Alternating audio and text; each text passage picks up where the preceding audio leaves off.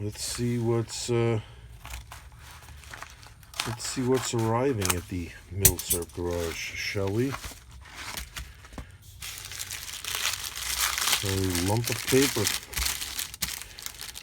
Hello, here we are. What is this, you may ask?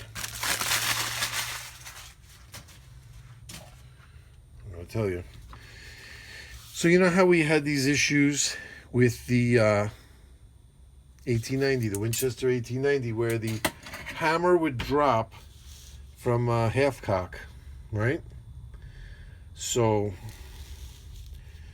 I asked if anyone would be able to help me out with that, and I got nothing. So I did some research, and just finding out that whatever it is, it's sear related, obviously. So you can't sit there and rebuild these things anyway. So just wherever I was looking, it was always just like replace the trigger and hammer assembly, because this is the sear basically. Well, let's see, the hammer goes like that and the trigger would be like that. So somehow they're, no, I'm sorry, like that. So that's kind of like how they're touching. And then this is the pin that holds the trigger in. So somewhere here, I guess this would be the half cock position, and then that's the full cock position. That would only make sense. So somehow in this half cock position, when the trigger was pulled, it was enough to drop off when it's apparently not supposed to. I really would have to see, this moves too here, see? So this is where this sits underneath the spring. But this all looks good. This all looks nice and solid. This hammer has the proper patina for my gun, which I'm happy with. This looks good. So, look, these are used parts too. It's not like you could go buy new parts for a gun from 1890. So, you're going to be using used parts. You just, you just got to trust that a guy that's coming up with some used parts to sell is going to sell. See, that looks nice and sharp there. See? That looks nice and sharp.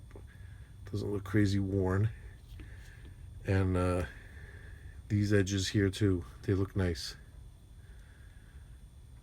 That looks pretty good.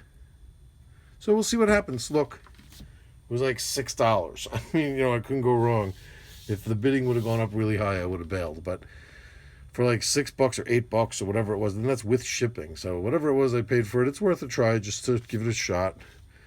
Plus, it looks like this is the kind of thing that could wear out or break here with this little pin here, or the trigger gets sloppy. It couldn't hurt to just have a little side of spare parts.